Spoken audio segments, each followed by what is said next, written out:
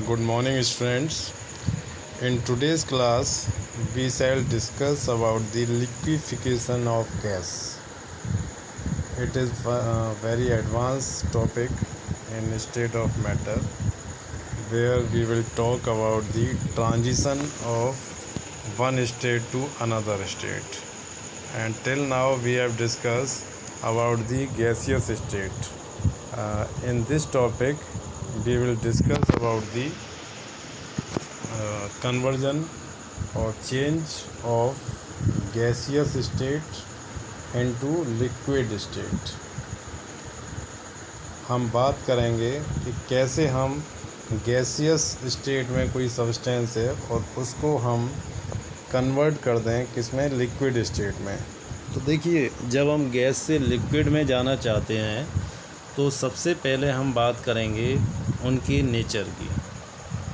जो गैसियस हमारा स्टेट है उसमें जो पार्टिकल्स होते हैं हमारे, वो इस तरीके से काफ़ी दूर दूर होते हैं। लेकिन जब हम लिक्विड स्टेट की बात करते हैं तो उसमें जो पार्टिकल्स हैं वो थोड़े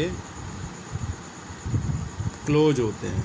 ठीक है, ये दोनों में बेसिक डिफरेंस है।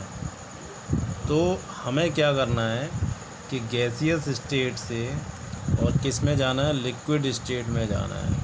तो लिक्विड स्टेट में जाने के लिए हमें क्या करना होगा, ये जो पार्टिकल गैसियस स्टेट में काफ़ी दूर दूर हैं, उन पार्टिकल्स को पास में लेकर के आना होगा, है ना। ये जो पार्टिकल्स हैं वो एक दूसरे के काफ़ी क्लोज आ जाएं, ये हमें यहाँ करना होगा। ठीक है, तो ये हम कैसे कर सकते हैं। तो देखिए, यहाँ पर there are two important parameters which we have to consider. First one, lowering of temperature and second one increasing the pressure। देखिए, ये दोनों फैक्टर्स क्या काम करते हैं। अगर हम गैस के पार्टिकल्स का टेम्परेचर लो कर दें, है ना, टेम्परेचर उनका कम कर दें, कम टेम्परेचर पर गैस पार्टिकल्स को हम लेकर के आएँ, कम टेम्परेचर पर उन पार्टिकल्स को हम ट्रीट करें, तो उससे क्या होगा, उन पार्टिकल्स की जो काइनेटिक एनर्जी है ना, काइनेटिक एनर्जी क्या हो जाएगी, डिक्रीज़ हो जाएगी। और जब उनकी काइनेटिक एनर्जी डिक्रीज़ हो जाएगी तो वो पार्टिकल्स इतनी फोर्स के साथ, इतनी स्पीड के साथ, इतनी एनर्जी के साथ कोलाइड नहीं करेंगे और वो क्या होगा, उनकी एनर्जी डिक्रीज़ हो जाएगी। उस कंडीशन में हम क्या कर सकते हैं, उन पार्टिकल्स को एक दूसरे के क्लोज ला सकते हैं। कैसे, उसमें थोड़ा सा अगर हम प्रेशर और अप्लाई कर दें तो, क्योंकि उन पार्टिकल्स में इतनी एनर्जी नहीं है कि प्रेशर को वो रेजिस्ट करेंगे एक्सटर्नल को, तो और दूसरा, पार्टिकल्स के बीच में जनरली वैन डर वाल फोर्सेस एग्जिस्ट करते हैं, तो वो एक दूसरे को अट्रैक्ट करने लग जाएंगे।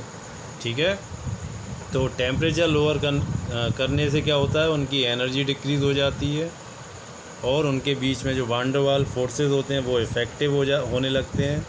इससे वो एक दूसरे को अट्रैक्ट करने लगते हैं और फिर गैस कन्वर्ट हो जाती है किसमें, लिक्विड स्टेट में। यही हमारी लिक्विफिकेशन प्रोसेस होती है ना। तो इनमें सबसे जो मेजर फैक्टर है वो हमारा क्या है, लोअरिंग ऑफ दी टेम्परेचर। जब तक हम टेम्परेचर लो नहीं करेंगे तो पार्टिकल्स एक दूसरे के क्लोज नहीं आएंगे, वो एक दूसरे को अट्रैक्ट नहीं करेंगे, है ना। तो इसको और डिटेल में समझने के लिए एक साइंटिस्ट थे, है ना, उनका नेम था एंड्रयूज़। उन्होंने एक एक्सपेरिमेंट किया CO2 गैस के साथ, है ना। उस एक्सपेरिमेंट में उन्होंने क्या किया कि CO2 गैस को, देखिए ये जो आपको ग्राफ दिखाई दे रहा है ना, इन्होंने वाई एक्सिस पर प्रेशर लिया और एक्स एक्सिस पर वॉल्यूम लिया और इसके साथ उन्होंने डिफरेंट टाइप्स के आइसोथर्म्स को लिया, है ना। सबसे पहले उन्होंने जो टेम्परेचर लिया दैट वाज 50 डिग्री सेंटीग्रेड। जब इन्होंने 50 डिग्री सेंटीग्रेड पर गैसेस का वॉल्यूम और प्रेशर चेंज किया, टेम्परेचर इन्होंने फ़िक्स कर दिया 50 डिग्री सेंटीग्रेड, तो इन्होंने देखा कि कितना भी हम वॉल्यूम कम कर लें, कितना भी वॉल्यूम ज़्यादा कर लें, या कितना भी प्रेशर हम कम कर लें, कितना भी प्रेशर इसमें ज़्यादा कर लें, गैस को हम लिक्विड स्टेट में नहीं ला सकते 50 डिग्री सेंटीग्रेड पर। ठीक है, अब उन्होंने क्या किया कि प्रेशर और वॉल्यूम को कितना भी कम ज़्यादा कर लें, है ना, वो लिक्विड स्टेट में हो ही नहीं रही है। तो क्या किया उन्होंने, टेम्परेचर को थोड़ा सा कम किया।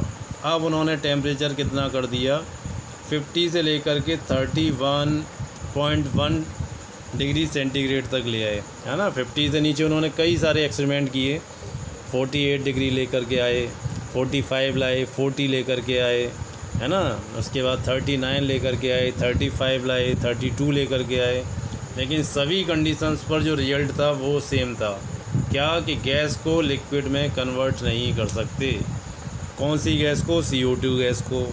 किस टेम्परेचर तक, 31.1 डिग्री तक। ठीक है, तो इसके बाद उन्होंने और इसको कंटिन्यू रखा एक्सपेरिमेंट को। उन्होंने क्या देखा कि जैसे ही 31.1 से और ये आते हैं किस टेम्परेचर पर, 31 डिग्री सेंटीग्रेड, है ना। जैसे ही वो 31 डिग्री सेंटीग्रेड पर आते हैं तो एकदम मैजिक हो जाता है। क्या मैजिक हो जाता है कि उनको एक पॉइंट ऐसा मिलता है यहाँ पर, है ना, ये आपको जो ग्रीन में क्रॉस दिखा रहा हूँ, इस वाले पॉइंट पर जो गैस थी वो क्या हो जाती है, लिक्विड में चेंज हो जाती है। यानी इसमें उन गैसियस पार्टिकल्स की जो एनर्जी है वो इतनी कम हो जाती है कि वहाँ पर उनके बीच के जो वांडरवाल फोर्सेस होते हैं वो इफ़ेक्टिव हो जाते हैं और वो एक दूसरे को अट्रैक्ट कर लेते हैं। ठीक है, जैसे ही वो अट्रैक्ट करेंगे तो वो किस फॉर्म में आ जाएगा, लिक्विड फॉर्म में आ जाएगा। क्लियर हो गया आपको। 31 डिग्री सेंटीग्रेड पर जो गैसियस पार्टिकल्स हैं वो किस में हो जाएंगे, लिक्विड स्टेट में आ जाएंगे। तो उन्होंने क्या किया, इस टेम्परेचर को, अब उन्होंने क्या किया, जब 31 पर वो गैस से लिक्विड में आ रही है तो उन्होंने क्या किया, और टेम्परेचर को कम किया। तो वहाँ पर उन्होंने क्या देखा कि जैसे उन्होंने 21 डिग्री सेंटीग्रेड कर दिया, तो अब उनको क्या हुआ कि यहाँ पर प्रेशर कांस्टेंट कर दिया। क्या किया, प्रेशर कांस्टेंट कर दिया, लेकिन वॉल्यूम की एक बड़ी रेंज मिल गई, है ना, कि अगर हम वॉल्यूम यहाँ से लेकर के यहाँ तक इतना अगर चेंज करें, सॉरी, यहाँ से लेकर के और यहाँ तक इतना वॉल्यूम चेंज करें तो उस रेंज में हमें क्या मिलेगी, वो लिक्विड स्टेट में गैस मिल जाएगी। ठीक है, 21 डिग्री सेंटीग्रेड पर। अब उन्होंने टेम्परेचर और कम कर दिया, ये कितना था, 21। अगर मान के चलिए टेम्परेचर उन्होंने यहाँ पर ये जो है ये 15 डिग्री कर दिया, है ना, तो यहाँ पर रेंज और बढ़ जाएगी किसकी, वॉल्यूम की, और प्रेशर यहाँ ये कांस्टेंट हो जाएगा। और वैसे दूसरे पॉइंट ऑफ व्यू से देखें तो 31 डिग्री सेंटीग्रेड, है ना, इस टेम्परेचर से नीचे और यहाँ तक हमें गैस लिक्विड फॉर्म में मिल सकती है, बशर्ते जो वॉल्यूम है वो उसका किसके अकॉर्डिंग हो, इस वाले कर्व के अकॉर्डिंग हो। ठीक है, तो इसमें सबसे ज़्यादा इम्पोर्टेंट जो पैरामीटर है वो क्या है, फर्स्ट टेम्परेचर।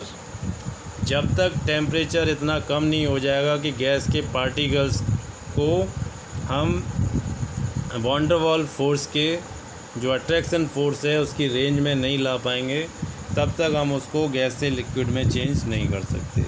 तो उसके लिए हम क्या करते हैं कि उसकी टेम्परेचर को 31 डिग्री सेंटीग्रेड से नीचे लेकर के आते हैं। जैसे ही इतना नीचे हो जाता है तो पार्टिकल्स की जो स्पीड है वो कम हो, एनर्जी कम हो जाती है।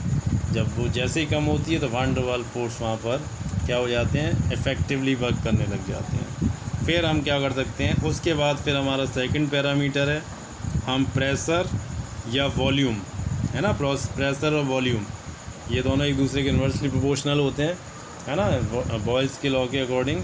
फिर हम इसको चेंज करके आसानी से एक ब्रॉड रेंज में, देखिए पहले यहाँ तक तो एक पॉइंट ही मिला 31 पर, केवल उसी पॉइंट पर हम क्या कर सकते हैं, उसको चेंज कर सकते हैं। लेकिन उससे नीचे हमें एक प्रेशर की भी रेंज मिल गई कि यहाँ से यहाँ तक हम उसको क्या कर सकते हैं, लिक्विफाई कर सकते हैं। वॉल्यूम की भी रेंज मिल गई, यहाँ से यहाँ तक हम उसको क्या कर सकते हैं, लिक्विफाई कर सकते हैं CO2 गैस को।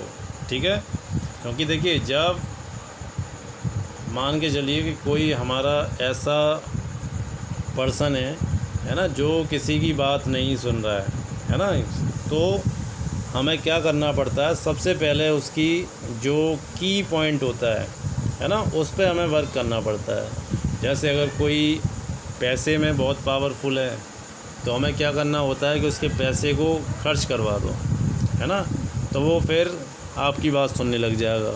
या कोई बहुत ज़्यादा पावरफुल है तो उसकी पावर को कहीं वेस्ट करवा दो, है ना, तो फिर वो आपकी बात सुनेगा। ऐसे ही गैसियस मॉलिक्यूल्स की जो एनर्जी है वो बहुत ज़्यादा होती है। अगर हम उस एनर्जी को कम कर दें तो फिर वो क्या होगा, एक दूसरे के क्लोज आ जाएंगे, है ना, हेल्प लेने के लिए। हेल्प क्यों लेंगे, क्योंकि अब उनके बीच में वान डर वाल फोर्स वर्क करने लग गया। इस तरीके से क्या होगा, जो पार्टिकल्स गैस में दूर दूर होते हैं वो अब पास होने लग जाएंगे। ठीक है, तो यहाँ पर टेम्परेचर का जो रोल है वो एंड्रूज़ ने बताया कि हम एक पार्टिकुलर टेम्परेचर पर ही गैस को लिक्विफाई कर सकते हैं। That temperature is 30.98। इससे ऊपर चाहे हम कितना भी प्रेशर लगा लें, कितना भी वॉल्यूम चेंज कर दें, है ना, लेकिन हम गैस को लिक्विड फॉर्म में नहीं ला सकते। तो फर्स्ट प्रायोरिटी यहाँ पर क्या है कि गैस के जो पार्टिकल्स हैं उनकी एनर्जी क्या होनी चाहिए, डिक्रीज़ होनी चाहिए। अच्छा, अब यहाँ पर 3 टर्म्स आते हैं कि जिस टेम्परेचर पर ये लोएस्ट टेम्परेचर, सॉरी ये मैक्सिमम टेम्परेचर है जिस पर गैस क्या हो सकती है, लिक्विड फॉर्म में आ सकती है।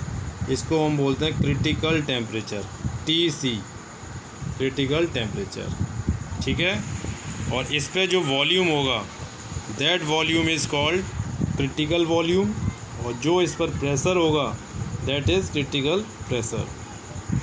अब देखिए यहाँ कुछ टर्म्स हैं, उनकी हम बात कर लेते हैं, है ना। First one is that sorry at 31 degree centigrade gaseous state of CO2 transform continuously into the condensed state. There is the stage between the liquid and gas. This is critical temperature वो maximum temperature है ना, जिस पर gas हमारी क्या हो सकती है, लिक्विफाई हो सकती है।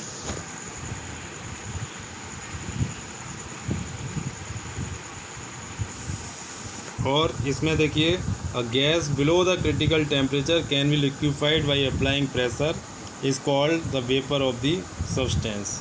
ठीक है, उसको हम क्या बोलेंगे, वेपर ऑफ द सब्सटेंस बोलेंगे। उससे ऊपर गैस बोलेंगे और उसके नीचे जो होगी that is vapour. And gas can not be liquefy by application of only pressure without cooling it below critical temperature, है ना। उसको हम क्रिटिकल टेम्परेचर में, क्रिटिकल टेम्परेचर से बिलो तो हम उसको कर सकते हैं लिक्विफाई, लेकिन क्रिटिकल टेम्परेचर से एबव हम कितना भी प्रेशर लगा लें उसको लिक्विफाई नहीं कर सकते हैं।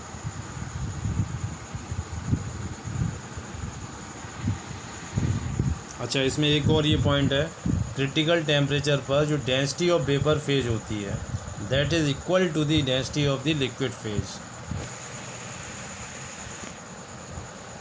क्रिटिकल टेम्परेचर क्या है, वहाँ पर जो गैस है वो लिक्विड में कन्वर्ट हो जाती है, तो गैस की जो डेंसिटी होगी और लिक्विड जो वेपर फॉर्म में रहता है उसकी डेंसिटी, ये दोनों हमारी क्या हो जाएंगी, इक्वल हो जाएंगी। Pressure required to liquefy a gas at critical temperature is called critical pressure. ये हमने बता दिया, है ना। उस वॉल्यूम, उस टेम्परेचर पर जो प्रेशर होगा that will B critical pressure, और वहाँ जो वॉल्यूम होगा that will B critical volume. तो देखिए यहाँ पर हमने मेनली क्या जाना कि गैस को लिक्विड में हम कन्वर्ट कर सकते हैं। गैस जो होती है उसमें पार्टिकल्स हमारे, है ना, काफ़ी दूर दूर होते हैं इस तरीके से, और जो लिक्विड हैं उसमें पार्टिकल्स हमारे काफ़ी क्या होते हैं, क्लोज होते हैं। ठीक है, क्लोज क्यों होते हैं, क्योंकि उनके बीच में वान डर वाल फोर्सेस काम करने लग जाते हैं, है ना। और सेकंड थिंग, उनके बीच में जो वान डर वाल फोर्स तो वर्क करते ही हैं, साथ में इनकी जो मोशंस होती हैं, है ना, वो थोड़ी यहाँ पर कम हो जाती हैं। क्यों, क्योंकि इसकी काइनेटिक एनर्जी कम हो जाती है पार्टिकल्स की, गैस में वो एनर्जी हमारी हाई होती है।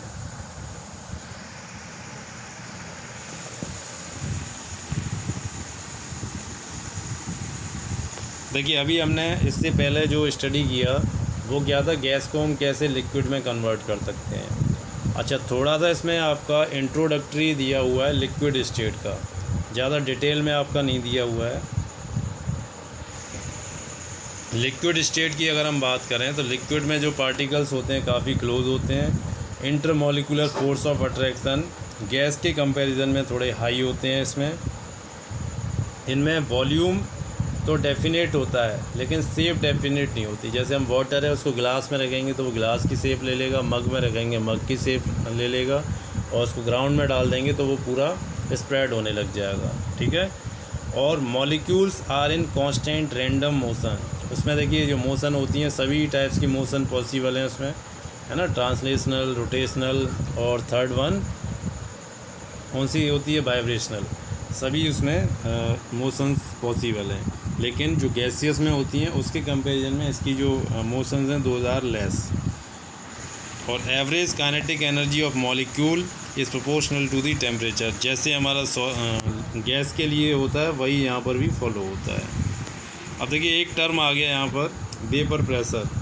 जब आप सॉल्यूशन एक चैप्टर है 12th में उसको स्टडी करेंगे, है ना, तो उसमें ये आपको बताया जाएगा। सॉल्यूशन जो चैप्टर है उसमें जो वेपर प्रेशर है वहीं से वो चैप्टर आपका स्टार्ट होगा। थोड़ा आप समझ लीजिए किस तरीके से वर्क करता है। जैसे ये हमारा एक कोई बीकर है, इसके अंदर हमने एक लिक्विड लिया,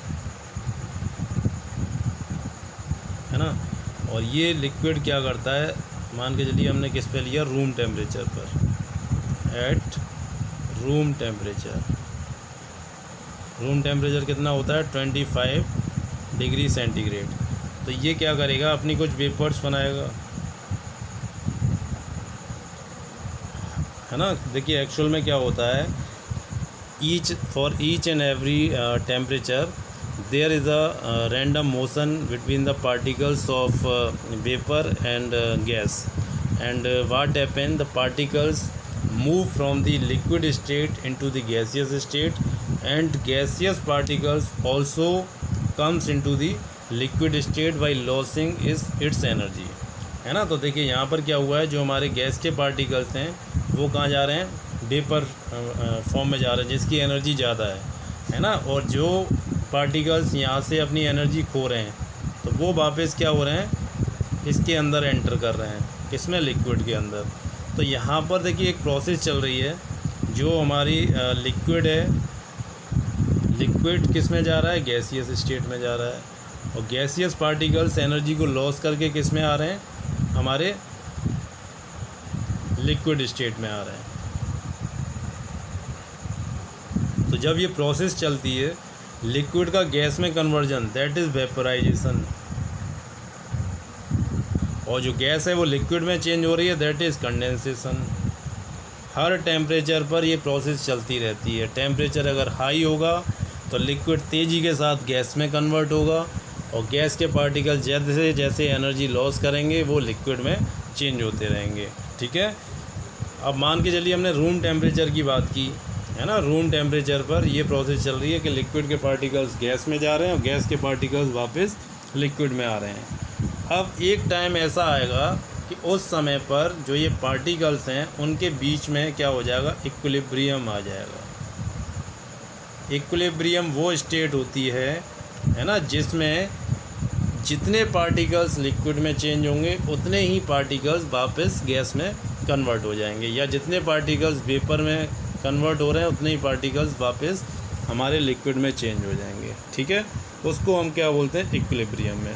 तो इक्विलिब्रियम वाली कंडीशन में अगर हम क्या करें कि ये हमारा जो बीकर था उसमें हमने ये पार्टिकल्स लिए, और ये पार्टिकल्स की एक वेपर्स फॉर्म हो रही है यहाँ पर, और हमने इसको क्या किया, बंद कर दिया, और इसको हमने कनेक्ट कर दिया एक मैनोमीटर से। मैनोमीटर क्या करता है, प्रेशर को मेज़र करता है। तो देखिए यहाँ पर जितनी गैस के पार्टिकल्स होंगे, है ना, ये पार्टिकल इस तरीके से ऊपर जाएंगे और इस कंटेनर पर एक प्रेशर क्रिएट करेंगे, है ना। उसको हम यहाँ से मेज़र कर लेंगे, किस कंडीशन पर, इक्विलिब्रियम वाली कंडीशन में। तो उस प्रेशर को हम क्या बोलते हैं? Vapour pressure. समझ में आ गई आपको बात? वेपर प्रेशर क्या होता है? At the condition of equilibrium. Equilibrium क्या कंडीशन होती है? जब गैस के पार्टिकल्स लिक्विड में और लिक्विड के पार्टिकल गैस में इवेपोरेशन प्रोसेस कंडेंसेशन के इक्वल हो जाती है गिवन टेम्परेचर पर, वो इक्विलिब्रियम होती है। इक्विलिब्रियम वाली कंडीशन में अगर हम किसी लिक्विड का प्रेशर मेजर करते हैं तो that pressure is called vapour pressure. ठीक है, तो यहाँ पर जो वेपर प्रेशर दिया हुआ है वो आपको क्लियर हो गया। इसमें जो लिक्विड स्टेट है उसका और जो वेपर फेज है वो दोनों इक्विलिब्रियम में क्या हो जाती हैं? हमारी सेम रहती हैं। Pressure exerted by vapours when there is an equilibrium state between the liquid phase and the vapour phase. Liquid phase और वेपर फेज दोनों किस में होती हैं? इक्विलिब्रियम, यानी जितना कंडेंसेशन हो रहा है उतना ही वेपराइजेशन हो रहा है। वहाँ पर जो वेपर्स बनेंगी उसका जो प्रेशर होगा that will be equal to the vapour pressure. अब देखिए यहाँ से एक टर्म आ गया बॉइलिंग, है ना, या बॉइलिंग पॉइंट। तो बॉइलिंग पॉइंट हमारा क्या होता है? जब हमारा वेपर प्रेशर जो होता है लिक्विड स्टेट का, वो प्रेशर गैसियस स्टेट के इक्वल हो जाए, है ना, और किस पर? जो एनवायरमेंटल हमारा प्रेशर है उस पर, है ना, यानी एनवायरमेंटल प्रेशर के इक्वल क्या हो जाए? वेपर प्रेशर हो जाए। अभी जैसे हमारे एनवायरनमेंट का प्रेशर कितना है? 180 m है, तो इतना गैस का प्रेशर है, और अगर किसी लिक्विड का प्रेशर भी इतना ही हो जाए तो वो क्या करेगा? वो लिक्विड से और चेंज हो जाएगा किस में? गैसियस स्टेट में, और फिर वो ऑटोमेटिकली सारा जो हमारा लिक्विड है वो किस में आ जाएगा? गैसियस स्टेट में आ जाएगा। उसको, उस टेम्परेचर को हम बोलते हैं बॉइलिंग पॉइंट। अब जो वाटर है, वाटर का बॉइलिंग पॉइंट क्या है? 373 केल्विन, और जो स्टैंडर्ड बॉइलिंग पॉइंट है दैट इज़ 372.6 केल्विन। अच्छा, स्टैंडर्ड का मीनिंग क्या है? कि standard boiling point of a liquid is slightly less than the normal boiling point since 1 bar is less than 180 m। तो देखिए ये यूनिट की वजह से अगर हम 1 bar पर लेते हैं तो वो हमारा स्टैंडर्ड होगा, और 1 एटमॉस्फेयर पर लेंगे तो वो हमारा क्या होगा? Normal boiling point. केवल इसका ATM और जो प्रेशर की यूनिट है उसका थोड़ा सा डिफरेंस है। जितना इनमें डिफरेंस है उतना ही हमारा बॉइलिंग पॉइंट में डिफरेंस होता है। अच्छा, जब हम ऊपर माउंटेन्स वगैरह में जाते हैं तो वहाँ पर जो एटमॉस्फेरिक प्रेशर होता है वो लेस होता है, और जो इस वजह से लिक्विड है वो हमारा लो टेम्परेचर पर ही वहाँ पर बॉयल करने लग जाता है। एक और केस है इसमें, in a close vessel a liquid on heating doesn't boil but its vapour pressure increases and at a critical temperature density of liquid and density of vapour is going to be equal. तो जैसे ही उन दोनों का equal हो जाएगा तो वो फिर उनकी क्या होगी? फेज चेंज हो जाएगी।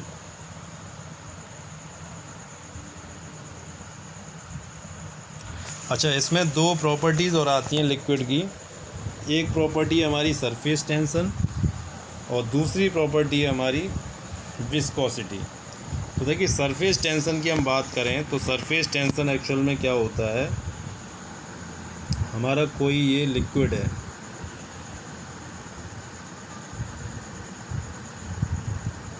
अब इस लिक्विड में हम कोई एक इमेजनरी लाइन ले लें। क्या ले लें? Imaginary line. उस लाइन के परपेंडिकुलर एक फोर्स वर्क करता है, उस फोर्स को हम क्या बोलते हैं? सरफेस टेंशन, है ना। ये देखिए ये एरिया के अलोंग फोर्स वर्क नहीं करता है, बल्कि क्या है कि इमेजनरी लाइन के परपेंडिकुलर वर्क करता है। आप देखिए कभी कभी आपने देखा होगा जो मॉस्कीटो होते हैं वो वाटर सरफेस के ऊपर बैठ जाते हैं, है ना। क्यों बैठ जाते हैं? क्योंकि उनका जो लेग्स होते हैं, है ना, वो उस लाइन के पैरेलल जो ऊपर परपेंडिकुलर फोर्स लगता है उससे अपने वेट को, है ना, देखिए वेट कहाँ लगता है? नीचे की तरफ, और जो सरफेस टेंशन है वो कहाँ लगता है? ऊपर की तरफ। तो ये दोनों एक दूसरे को बैलेंस कर लेते हैं। इसी वजह से मॉस्कीटो या इंसेक्ट्स होते हैं वो वाटर सरफेस पर बैठ सकते हैं। एक्चुअल में क्या है कि जो हमारी लिक्विड या कोई भी सरफेस है वो एक नेट की तरह वर्क करती है।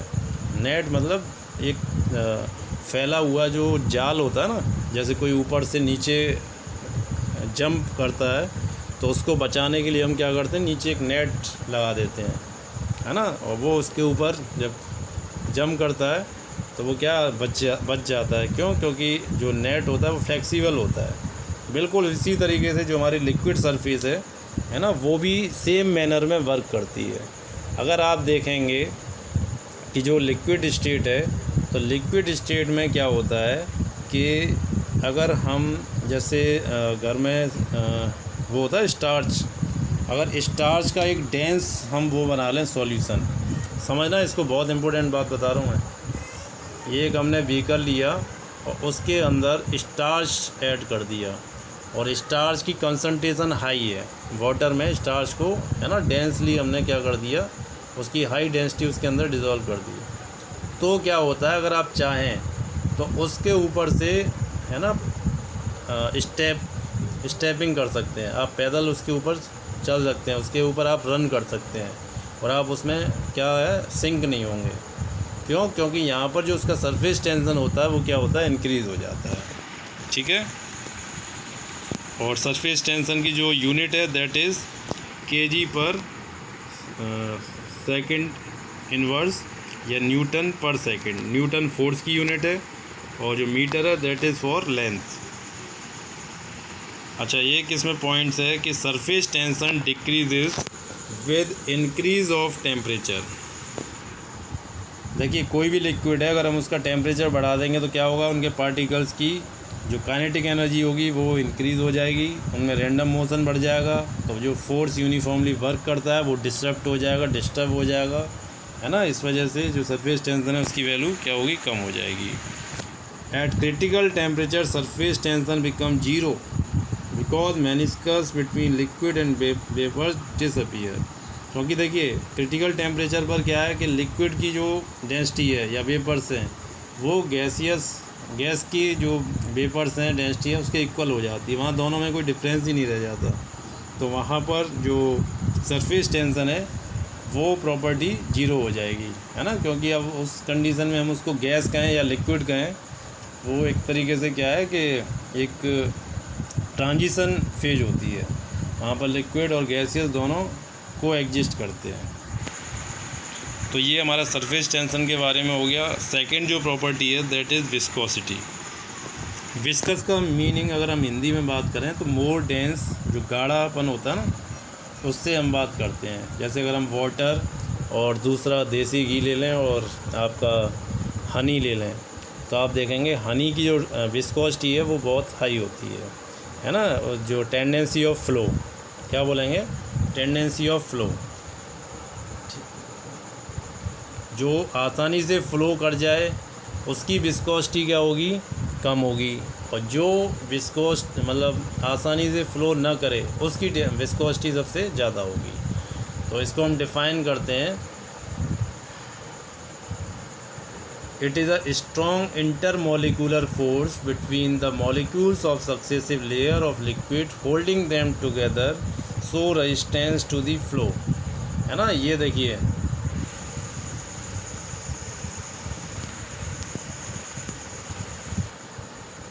जो हमारा लिक्विड होता है ना, लिक्विड जो हमारा होता है, जैसे हमने वाटर ले लिया है ना, उसके अंदर जो लेयर्स होती हैं उनको हम इस तरीके से अज्यूम करते हैं, या हम दूसरी बात तरीके से बोलें कि जो हमारा लिक्विड होता है, वाटर लिक्विड है या कोई भी लिक्विड है, हम उसे ये मानते हैं कि उसमें कई सारी मॉलिक्यूल्स की लेयर्स होती हैं, है ना। ये फर्स्ट लेयर है, ये सेकंड लेयर है, ये थर्ड लेयर है, फोर्थ लेयर है, फिफ्थ, सिक्स। अब हम इसको क्या करें, इसको अगर हम टिल्ट कर देते हैं तो उस वाली कंडीशन में क्या होती हैं, जो ये लेयर्स होती हैं, है ना, ये एक दूसरे के ऊपर क्या करती हैं, स्लिप करती हैं, और जब स्लिप करती हैं तो इनके बीच में एक फोर्स वर्क करने लग जाता है ना। इस तरीके से वो फोर्स क्या करता है, इसको फ़्लो करने से रजिस्ट करता है, क्योंकि इनके बीच में वान डर वाल फोर्स होते हैं, अट्रैक्ट करते हैं, ये इसको आगे बढ़ने से रोकते हैं। ठीक है, तो यही जो इनके बीच में अट्रैक्शन फोर्स होता है, जिसकी वजह से लिक्विड फ़्लो होने का रजिस्ट करता है, फ़्लो आसानी से नहीं होता, उसी को हम क्या बोलते हैं, विस्कोसिटी बोलते हैं, है ना। और इसमें जो फोर्स वर्क करता है उसको हम बोलते हैं विस्कस फोर्स, और इसका जो मेजरमेंट होता है that is eta A upon D V upon D X. ईटा एक विस्कोसिटी कांस्टेंट है, और जो ए है हमारा ये एरिया है। एरिया किसका है? ये हमारी फर्स्ट लेयर है, ये दूसरी लेयर है, तो इनका जो पर यूनिट एरिया होता है ना, ये जो एरिया है इसको ए से रिप्रेजेंट करेंगे। और जो दूसरी लेयर होगी इसके नीचे,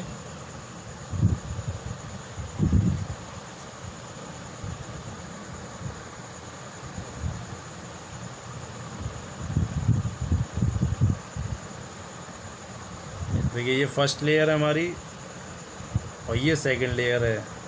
इनके पर यूनिट एरिया पर मैंने बोला था D V upon D x.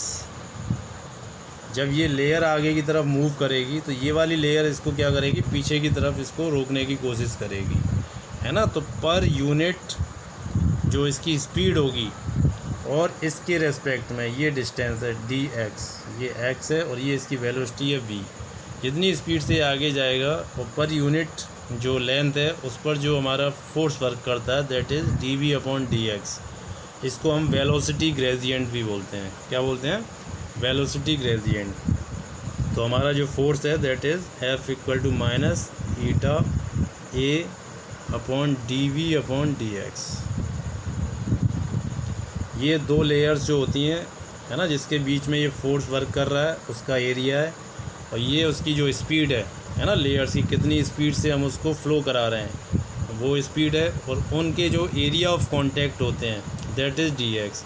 इस पूरे को हम बोलते हैं वेलोसिटी ग्रेडियंट, इसको बोलते हैं area, and this one is viscosity constant.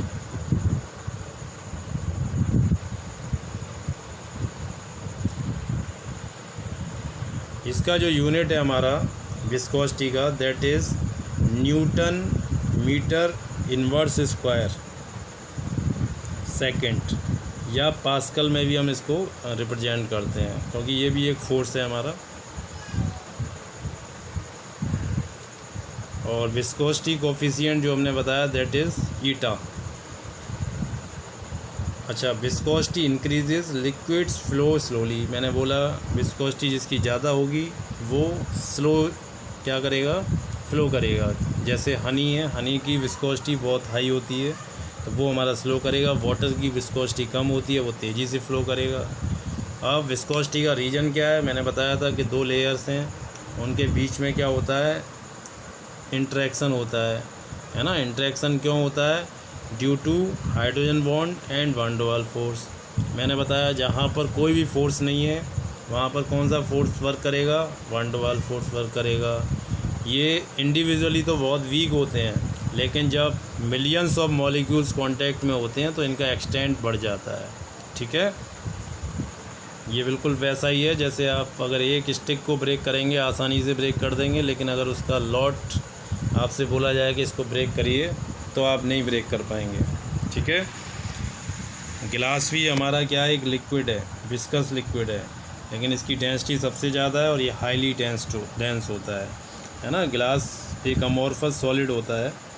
आपने देखा होगा जब ज़्यादा हीट होती है तो ग्लास की जो विंडोज़ होती हैं नीचे उसकी जो थिकनेस है वो बढ़ जाती है। क्यों? क्योंकि वो धीरे धीरे ऊपर से मेल्ट होकर के और नीचे आ जाता है, नीचे उसकी थिकनेस इंक्रीज़ हो जाती है। तो ये हमारा देखिए चैप्टर आपका फिनिश हो गया है। आप इसके क्वेश्चन सॉल्व करिए, है ना। आगे से हम इसकी वर्कशीट देंगे, उनको आप प्रैक्टिस करिए। ठीक है, थैंक यू।